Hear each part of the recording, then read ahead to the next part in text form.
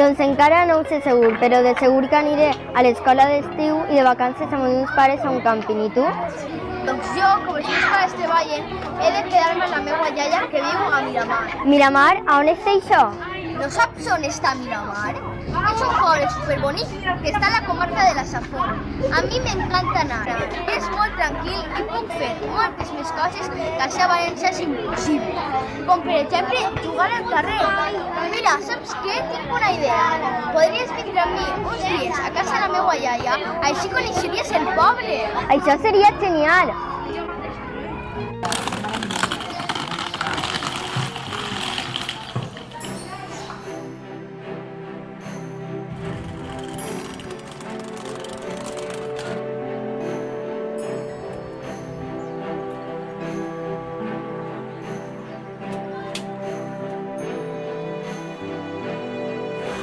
Quina alegria tornar a veure de nou, ja estic així.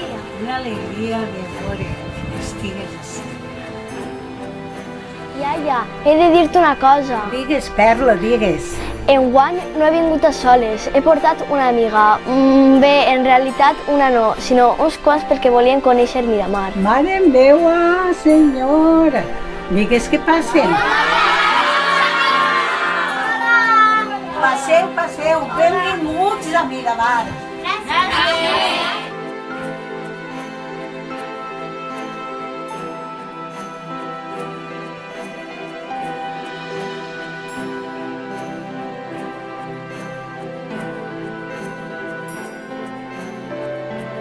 Miramar és tranquil·litat. És un poble acollidor i net. Miramar és sol i platja. Miramar és història, cultura i tradicions. Miramar és un poble verd i sostenible. És la cuina de pol farcit i coca babatxa.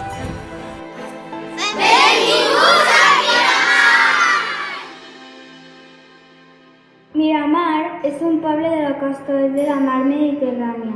Se ubica en la comarca de la Safor, a la Comunitat Valenciana. Es troba situada al sur de la província de València. El seu terme municipal ocupa una superfície de quasi 3 quilòmetres quadrats, on podem apreciar els camps de taronges que l'envolten i la seva platja d'1,2 quilòmetres. És un poble acollidor, tranquil i hospitalari.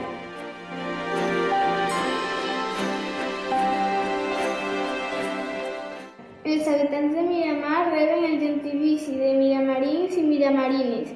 Miramar va ser en els seus orígens una alqueria àrab, on els moriscos conreaven la canya de sucre en les seues terres. Ara us ensenyarem els principals llocs d'interès del nostre poble i sabreu el perquè d'alguns noms que reben les nostres places i carrers.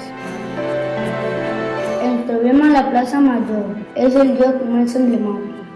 Sempre ha sigut el centre del poble, des d'on confluïen les principals vies de comunicació: el Camí de la Mar, el de Gandia, el del Grau i el de Piles. En el punt central de la plaça està l'església, dedicada a Sant Andreu Apòstol, patró de Miramar.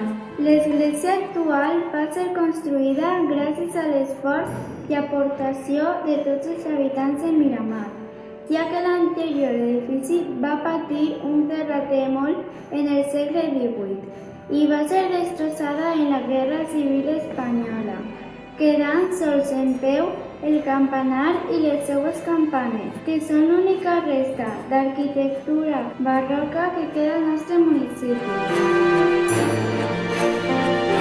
El campanar és una torre de base quadrada amb rellotge i 4 campanes. En època musulmana va ser guanyada. Les seues campanes, que daten del segle XVIII, estan dedicades a Santa Teresa de Jesús, Maria Joaquina, que en 2025 complirà 200 anys, Nuestra Senyora del Pilar i Sant Andreu Apòstol.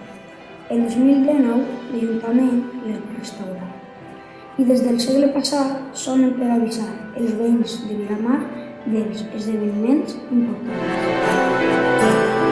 A l'esquerra de la plaça trobem la casa de José María Peiro Vives, conegut com José María el de la plaça. En la façana de la casa trobem un rellotge de sol amb més de 200 anys d'història, datat de 1806. Molt a prop de l'entrada principal de l'església trobem una de les cases més senyorals i boniques de Miramar. Era la casa de Joaquim Peiró Peiró, que fou alcalde a Miramar. Cal destacar que al cantó més pròxim a l'església hi ha una torreta a mode de mirador. La plaça del Trapig està situada a continuació de la plaça Major. El seu nom recorda l'existència de l'antic molí sucrer entre els segles XV i XVII. La paraula trapig ve del llatí trapetum i es refereix a la pedra gran del molí que amb la força animal molia les canyes de sucre. El Trapig de Miramar era un edifici gran, ocupava al voltant de 500 metres quadrats. L'actual plaça era l'hort o el pati de l'edifici. El raconet era un ple de carrer perfecte, on els xiquets del poble jugaven i aprenien a jugar a la pilota valenciana. De fet, ho anomenaven l'escola de jugadors. Es jugava al raspall, a la galotxa i a les llargues, i d'aquests carrers van eixir bons jugadors professionals, com Jesús Peiró Benito, Domingo Ortega. Ferrer II, Miguel Llopis i Salvador Caudel i Miramar. Al Raconet també es feia cinema, al carrer i rebel·les amb les cadires de la parròquia. El Ravalet era el nucli inicial del poble en temps en què Miramar va ser una alqueria musulmana. La paraula Ravalet ve de la paraula àrab, rabat, que significa barri, suburbi o barris afores d'un poble. Aquest conjunt de cases es protegia un mur que tancava el poble. Eren cases menudes i humils de gent que es dedicava al conreu de les terres.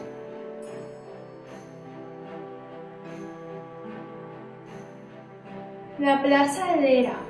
Aquesta plaça també era un lloc important del poble.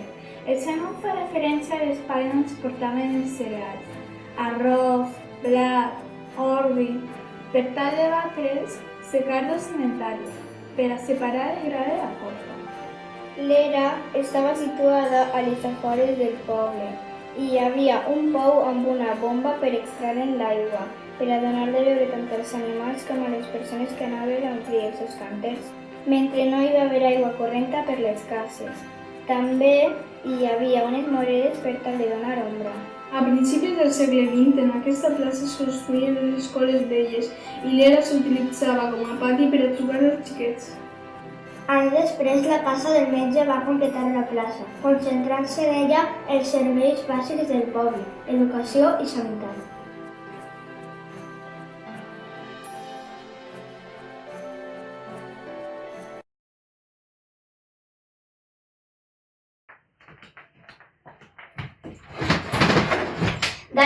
Dàrida, alça't que arribaràs tard a l'escola. Bon dia, mare. Crec que estàs somiant. Estava a Miramar, a casa de la meva iaia, amb tots els meus amics. Que bé, doncs alça't, vist-te't i m'ho contes camí a l'escola. Val, mare. És ahir li cridaré a la iaia i li contaré el meu somni. Segur que li agrada.